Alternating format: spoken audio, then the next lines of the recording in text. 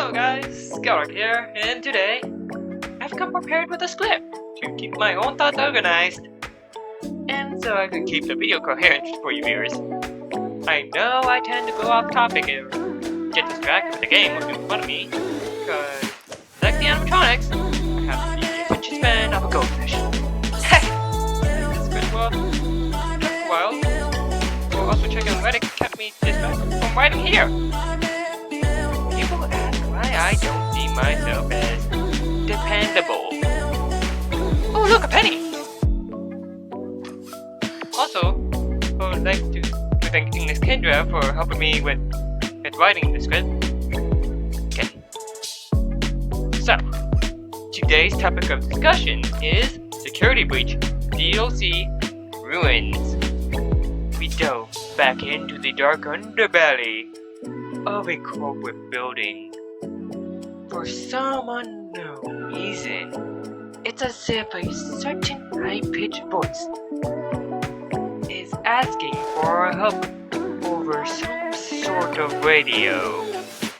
Oh wait, there is a high-pitched voice coming over the walkie-talkie. Oh hey look! It walks in space!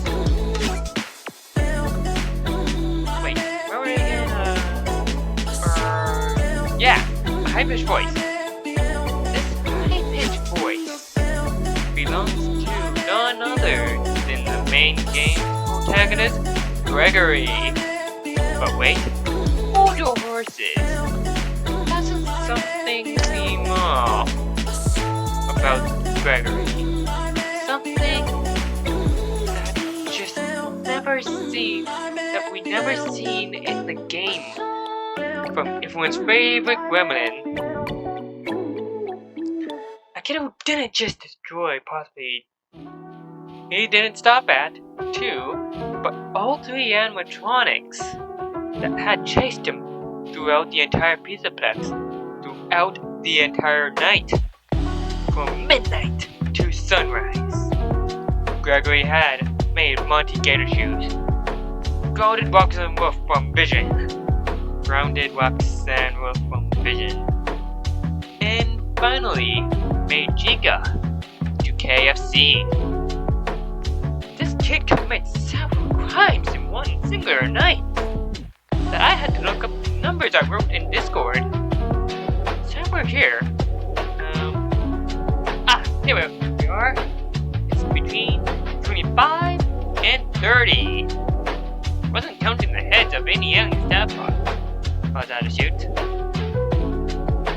But this kid who goes out committing war crimes to animatronics is suddenly scared? Asking for help outside? A kid who didn't trust Vanessa, yet was still shocked Vanny has Vanessa's face. Did he by chance see them in the same place at the same time? Where was this side of Gregory that suddenly breaks and comes out of nowhere? Actually, if we knew who Cassie or Brave DLC protagonist is, and told her for help, why didn't he do that at the beginning? Could it be Cassidy just thinks she heard him? And told him her name? It's possible. Something a certain character has experience with. More on that subject. Let's first get some details out of the way. It's daylight when Cassie enters through the window above the main entrance and to the pizza place. Otherwise, the true bad ending. Given nothing is resolved. Gregory, without a cardboard, will probably get killed in his sleep. Nothing was resolved at all in this ending. You may have noticed us speaking of this ending, implying there's multiple endings. You guys are very perceptive. You are totally. You see in total there are about 6 endings. The cardboard box ending. Jason, just leave to the entrance at 6 o'clock. The delivery truck ending. Condition. Exiting through the loading bay. Disassemble ending. Condition. Choose Vanny at the main entrance. Press the button. VIP ending. Condition. No wait, Princess ending. Condition. Play all 3 Princess Quest games. VIP ending. Condition. Collect the right amount of golden plushies and leave through the fire escape. Number 6. Burn trap ending. Condition. Shut off all 3 animatronics. Make your way down to the elevator at the bottom of Roxy's Raceway and beat Burn Trap. Now, if you saw the trailer, you possibly made note of at least one of these endings in lining up coherently with all 3 animatronics shattered. But the fact I'm bringing this up, you may already be able to tell it's not as cut and dry as it seems. Steel wool was over our eyes. Steel wool was over our eyes. As people made note of the Freddy scene of the DLC trailer. Image taken from the trailer itself. Also had to brighten it up a bit. Most people may already know this, but to get the Benny ending, you must do through Fazer Blast find her Hado. Why is this so? Is a key detail, you ask? Well, when we get to the Freddy scene, you may have noticed an odd pattern in other world. If you're putting 2 and 2 together, possibly got the 4, or as it's the same decals as the Blast Maze. Like I said, not so clear cut and dry. All 3 animatronics are shattered, but that's not necessary. People are either abandoning it, you only need to shatter Chica and Roxanne to obtain these endings. So why would we hold our horses here? Well, in the Princess Quest ending, the only part of Freddy to leave is his head. Something given expert inkling we actually don't see in the teaser trailer. Well played, duo. Well played. Or well steel, as I put it. So, let's back up a moment. Gregory is seemingly still trapped. He never left. He seems to still be there. Unless he returns for some unknown reason.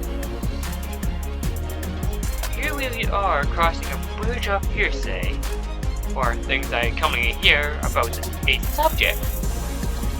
So the bridge may be a bit more shakier than any bridges you've crossed before.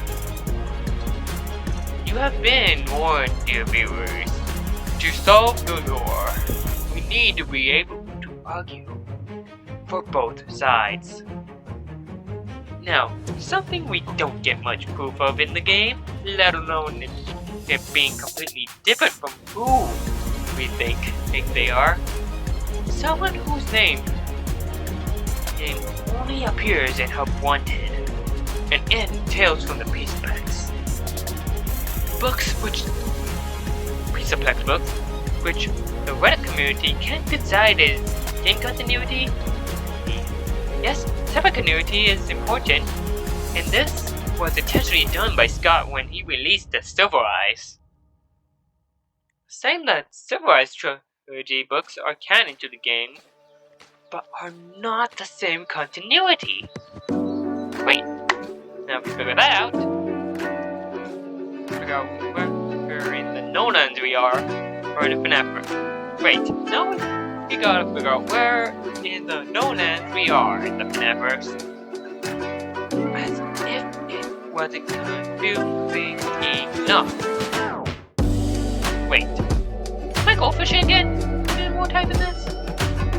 I need to hop back on track. Anyways, we get introduced to a new villain of this area. William Afton! Wait a minute. I need to do that again. The new villain of the arc. William Afton, but not William Afton.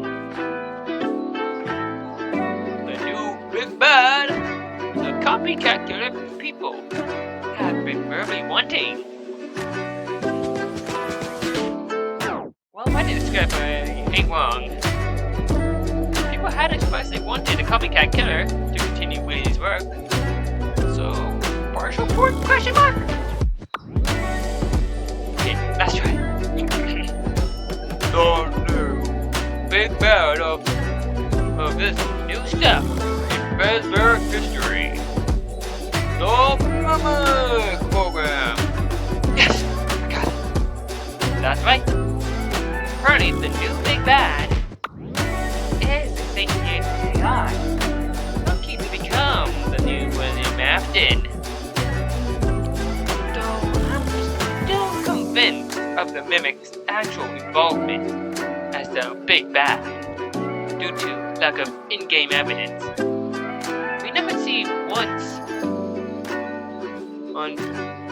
We never once see or hear of a giant tree in the atrium.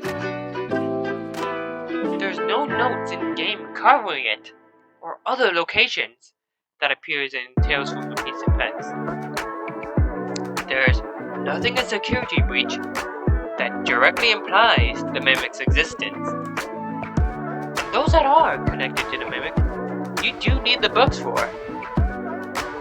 Just like how we got Charlie from Tales the Samurai Trilogy in Cassidy from the Logbook. Good marketing strategy and short-term goals, such as the Mimic goal is just to mimic Afton? With too many big strategies in my opinion. But it's not these facts alone that prevents me from jumping trains. It's just a strange gut feeling. Like, I get Betty and Vanessa being the same person, an individual. Only in this case, I can't come up with something original that's already been argued.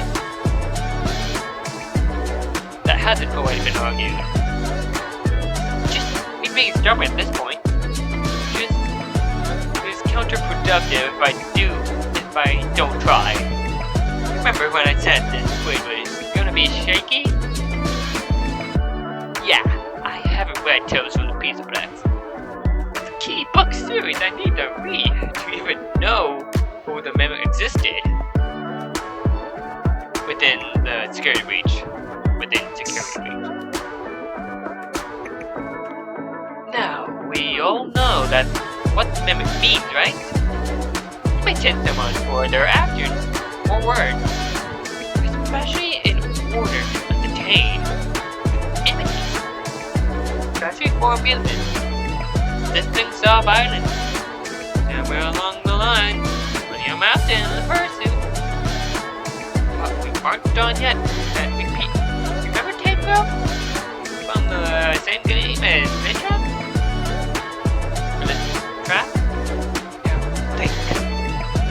This thing is designed to mimic, as its namesake claims. Yeah, nice trick there, Mimic. With the audio manipulation. Sadly, it won't work on us 2 times.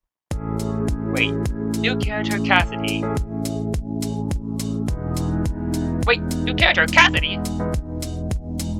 You still didn't win this yet, Mimic. You don't reenact with my glow yet. We will. We still don't know if she tells you her name, which you shouldn't be aware of, let alone be able to contact. See, dear viewers, I did say we're going to return to the subject. Okay, which to cover next? Sorry about the sudden cut here, but I may have needed to take a breather to think for a bit. To regain what little thoughts I had that ain't a mimic thing. I don't hate the mimic, just how they were handled. Let's cover Cassidy's name. A lot of people began to affiliate with Cassidy already. No surprise there. But a surprise that people are taking Charlie into the mix. As if a but child representing one wasn't abashed enough. Is it me or do we cherry pick often? If we don't take androids into account, I mean, has Charlie's name ever been said before pieces were similar within the game? Or is there another source? Of course, within the game. Now, Cassie being affiliated with Cassidy is beautiful. Just by name alone. Not only that, but the Golden Yellow Princess was also named in the files until an update. Maybe I should do a huge debunk video on why it's most likely that Cassidy will be fighting in the mimic given in a glaring sight of someone that people can't keep away from. I always come back. Alright, now back to the topic. We have a new device that we don't have a name for yet, but given its function, it's like a key. Let's call it key unit. The skeleton key has what appears to be a screen to tell you the frequency you're on, a dial to adjust the frequency, a couple of cute buttons, and two prongs sticking out the top that you would assume were antennas. The trailer later goes and shows us that these two antennas act more like the blade of a key. Also, we looked it up, and surprisingly, the main part of the key is needed is indeed the blade. The blade is a long section of the key that is inserted into the plug of the lock. This is also the functional part of the key that contains cut, biting, boarding, and tip. We see Cassie inserting the prongs of the key unit into a small socket-like dial with a strange-looking power box, which we see in another trailer, but for now we're focusing on this one. The socket appears again on a portable security monitor that will act as our camera throughout the game. Wait a minute. Being forced to use the cameras in the open. The way the trailer shows it, you need to be at one of those stations. Can't just whip out what keypad watching whenever we like. Now, at least we can tell where the cameras are. That's a plus.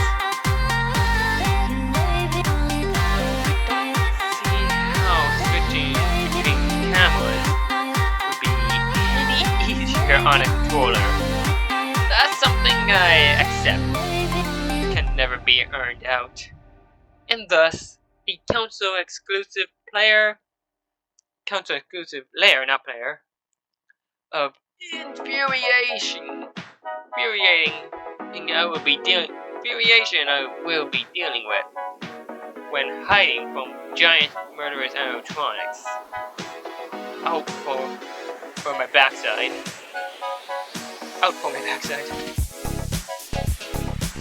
Speaking of cameras, did you notice on the first camera reveal that we get a pretty familiar looking cursed button? A sound that drives even Buddha mad. A sound that the community overhates. It just wants to punch out the nearest window. This character even convinced a man to cut up his own face in frights without even a sound. It's Balloon Boy's laugh button. Sure, we get the attention of any angry or annoyed animatronics to come on over and punch a child, also known as the intercom button. What else on the highlight list? I feel like it has its big jaws clamped around my frontal lobe and about to take a massive jump out of it. Oh, Gator Wrestling Monty later, followed by a brief sort of static in a blink, a missing moment. This most likely means we are getting serialized jump scares for the DLC and cherry to the happiest day cake. We aren't just getting screamed at in the face by an anthropomorphic character, but a full-on death animation where it's indisputable death. As we struggle to fight the closing jaws of a gator, trying to hit our face off with his crooked, pearly rights. Now, with this next scene, let's ask ourselves, this. Are we actually alone? Actually, no. In this destroyed building? Obviously not. Of course we have the animatronics. Of course we have the animatronics with us to keep us company. Surely we won't find Chica on a conveyor belt being carried off to the unknown and lying there lifeless, right? Okay, let's talk about the naked Monty and metaphorically. But good lord, someone tossed that clock a jacket. You may have noticed Roxanne's new faceplate. Something that wouldn't fit under her original mask. It wasn't there before security breach. This implies someone did try to repair them, but were not majorly successful in this endeavor. Who can this new individual be? And why are they still here? Are they good? Are they bad? Is Roxy getting a redemption arc in this DLC? No, seriously. Is Roxy getting a redemption arc? Because I hope so. And really do owe that an apology. Owe her an apology. Even if she was bugged. She still should have killed me more than she had killed me in the games. Although, it will be likely, and only about a 19% chance of happening. People did point out the possibilities. Other than the Roxy talking, people have pointed out how non-aggressive she appeared while holding Cassie's arm. But anything can look harmless in slow motion.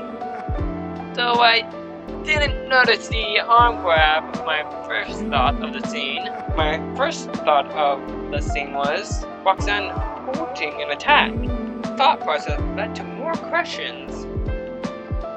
However, Roxanne can see Cassie has proven to keep going with her attacks, as we see Gregory. So why is she holding someone? When she doesn't force someone, she doesn't know. Why is she stopping?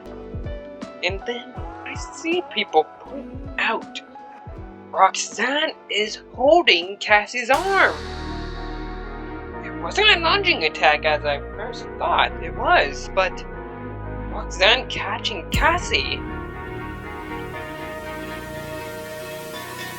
Other than the arm grab, people have pointed out Roxanne's masked eye sockets. Are we actually gonna be able to choose our guardian through the game, or is it uniquely reserved for the best? No. Uniquely reserved for the best. Now, we have seen a similar socket before, and how we insert key units into them. We may possibly get Roxanne as an ally for the DLC. This scene leaves us with a lot more questions and a lot of clarity, as it isn't as plain as black and white, or day and night. Right. Speaking of day and night, we get an old tarot card hermit and daycare attendant. Appears to be uncertain as to who they are, and somehow combines both their day and night mode into a eclipse mode. He has obtained the hermit tarot card now. Hermit tarot card for now. Excited that he just busted the daycare's doors and raves at us. Hey, daycare attendant!